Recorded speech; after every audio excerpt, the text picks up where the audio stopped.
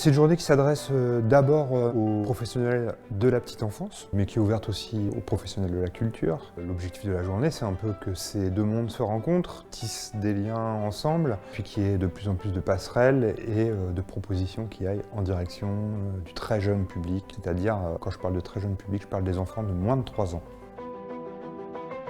C'est une journée d'échange professionnel autour de la question de l'éveil artistique et culturel pour le tout petit. La thématique, c'était les spectacles à réaction libre.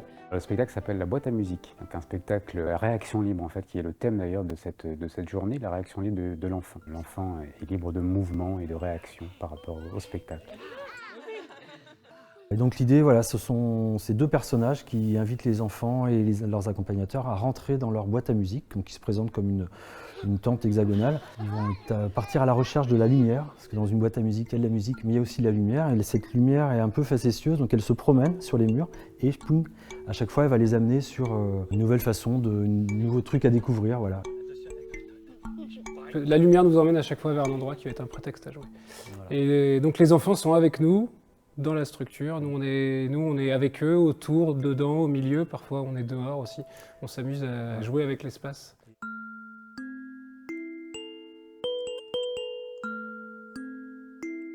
Je suis toujours très émerveillé de les voir s'émerveiller justement, et puis de voir que un enfant de 3 ans, c'est une personne qui a des idées, un caractère. Même si on ne le décrète pas au début que c'est un spectacle à réaction libre, finalement, les réactions des moins de 3 ans sera toujours libre.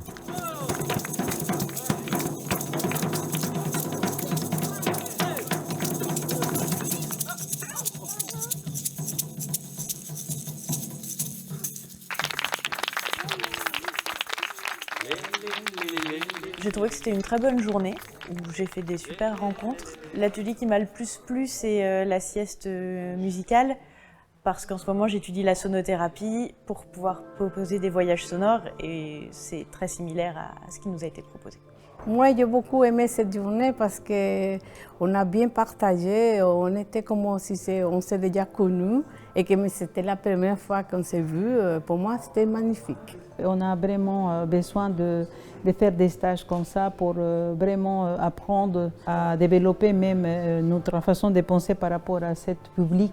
Qu'est-ce qu'on doit faire avec les enfants, les apprendre la musique, les apprendre même la danse, essayer de faire des ateliers d'improvisation comme on l'a fait aujourd'hui. On va essayer de monter un spectacle aussi.